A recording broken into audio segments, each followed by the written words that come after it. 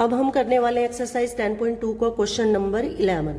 Question number 11 क्या कहता है?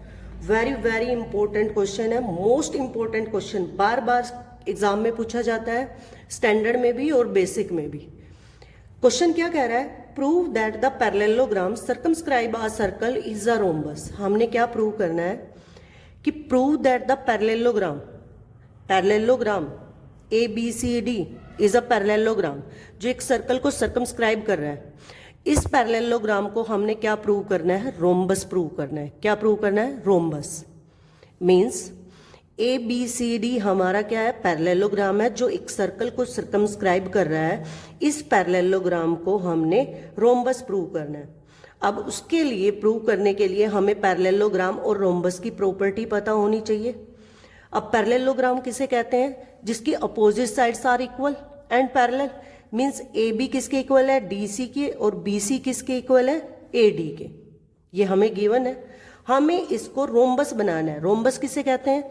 फोर साइड्स आर इक्वल, जिसकी चारों साइड इक्वल होती हैं उसे हम क्या कहते हैं? रोम्बस। मीन्स हमें इसकी चारों साइड इक्वल प्रूव करनी है। क्वेश्चन में हमने क्या करना है? इस पैरेललोग्राम की चारों साइड को इक्वल प्रूव करना है। हमें अपोजिट साइड इक्वल दे रखी है, उनकी हेल्प से हमने इसकी चारों साइड को इक्वल प्रूव करना है। कैसे प्रूव करेंगे? सबसे पहले हम लिखेंगे given A B C D is a parallelogram. ये हमें गिवन है। Means A B equal to C D, A D equal to B C. कोई इक्वेशन नंबर 1 एंड 2, क्योंकि आगे यूज करनी है हमें इसको। To prove A B C D is a rhombus, means हमने इसकी चारों साइड को क्या करना है? इक्वल प्रूव करना। अगर मैं ए बी को बी सी के इक्वल प्रूव कर दूं, ए बी किसके इक्वल है? डी सी के, और बी सी किसके इक्वल है? ए डी के, तो हमारी चारों साइड इक्वल प्रूव हो जाएंगी। मीन्स हमने सिर्फ कितनी साइड इक्वल प्रूव करनी है? सिर्फ 2 साइड इक्वल प्रूव करनी है। अगर कोई 2 साइड इक्वल प्रूव हो गई तो हमारी चारों साइड इक्वल प्रूव हो जाएंगी। और वो 2 साइड कौन सी लेनी है? Adjacent side. मीन्स या तो आप ए बी ए डी लो, या फिर ए बी बी सी लो, या फिर डी सी ए डी लो। कोई भी 2 एडजेसेंट साइड। एडजेसेंट साइड किसे कहते हैं? जिनका कॉमन वर्टेक्स पॉइंट होता है। अब यहाँ पे फिगर पे देखो कि हमारा ए पॉइंट है। ए पॉइंट से सर्कल पे कितने टेंजेंट ड्रॉ किए गए हैं? ए पी और A S 2। Similarly B point से हमने टेंजेंट ड्रॉ किए हैं, सी से और डी से भी। अब ये टेंजेंट क्या कहते हैं? हमारे सर्कल की जो थ्योरम है वो क्या कहती है कि जब किसी एक्सटर्नल पॉइंट से टेंजेंट ड्रॉ किए जाते हैं तो वो इक्वल होते हैं लेंथ में। वो क्या होते हैं? हमारे इक्वल होते हैं लेंथ में। तो हम इन्हीं टेंजेंट की हेल्प से साइड को इक्वल प्रूव करेंगे। कैसे? ए पी किसके इक्वल है? ए एस के। A P equal to A S. B P किसके इक्वल है? B Q. A P equal to A S क्यों इक्वल है? क्योंकि ये एक्सटर्नल पॉइंट से ड्रॉ किए गए टेंजेंट है। तो हम क्या लिखेंगे रीजन में? Tangent from point A. इस यहां पे क्या लिखेंगे? Tangent from point B. B P equal to B C. C R equal to क्या है हमारा? C Q. डी आर किसके इक्वल है? D S.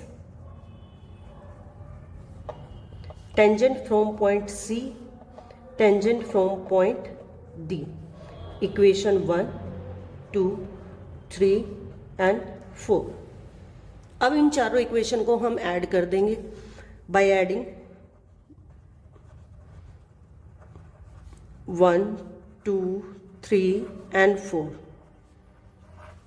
अगर मैं चारों इक्वेशन को ऐड कर रही हूं तो मुझे क्या मिल रहा है? A P plus B P plus C R plus D R. आप लेफ्ट हैंड साइड को लेफ्ट हैंड साइड में ऐड करोगे और राइट हैंड साइड को राइट हैंड साइड में। B Q plus C Q plus D S. आप figure से note करो क्या ए पी किसके? A P plus B P किसके इक्वल है? A B. C R plus D R किसके इक्वल है? C D. B Q plus C Q किसके इक्वल है? B C. A C plus D S बच गया। A S plus D S किसके equal आ गया, A D. From equation first and second A B C D के equal है, तो सी डी को मैं क्या लिख सकती हूं, ए बी लिख सकती हूं। From first and second A B को क्या लिख सकती हूं, ए बी, और सी डी को क्या लिख सकती हूँ, सी डी भी ए बी के इक्वल है, तो मैं सी डी को ए बी लिख सकती हूँ। सिमिलरली यहां पे ए डी किसके इक्वल है, बी सी, क्या मैं ए डी को यहां पे बी सी पुट कर दूं, तो ये किसके इक्वल आएगा, which implies two A B equal to B C, 2 से 2 कैंसिल आउट हो जाएगा, A B equal to B C, A B किसके इक्वल है, बी सी के, यही हमने प्रूव करना था। अब मैंने यहाँ पे 2 एडजेसेंट साइड को इक्वल प्रूव कर दिया है।